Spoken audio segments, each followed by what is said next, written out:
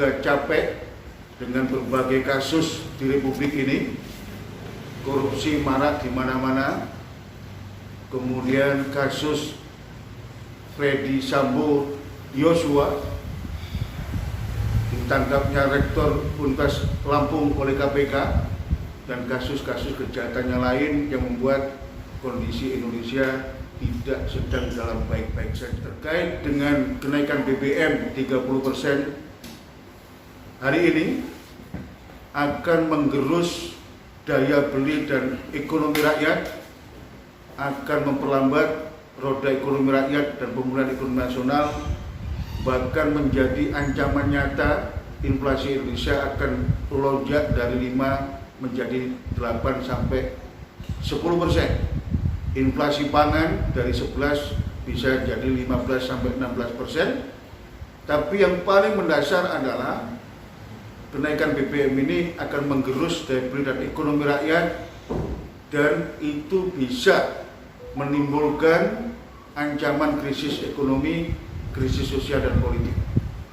Rakyat capek dan lelah. Oleh karena itu, Komite Ekonomi Rakyat Indonesia hari ini juga didampingi Ketua Umum Asosiasi Driver Online, Mas Ariel, menyampaikan surat kepada Presiden Republik Indonesia Bapak Insinyur Joko Widodo, karena kita memahami, dan ini bukan rahasia umum, keterpurukan ekonomi rakyat, keterpurukan ekonomi bangsa Indonesia ini adalah bagian utama dari dampak praktek-praktek mafia itu.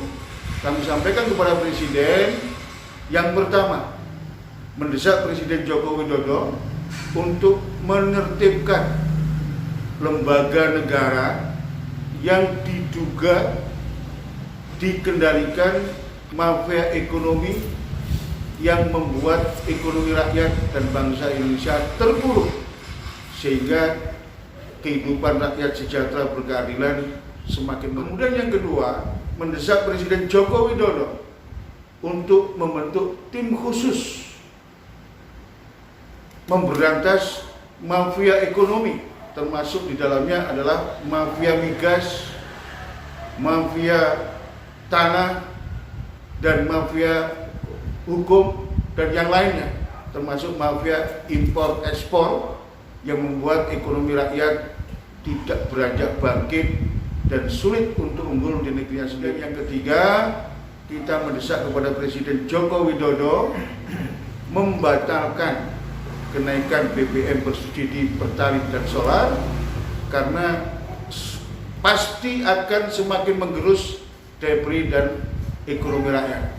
Kita semua tidak ingin kenyataan hari ini bisa mendorong terjadinya sebuah krisis pangan, krisis ekonomi, dan krisis sosial politik sebagaimana terjadi di negara Sri Lanka.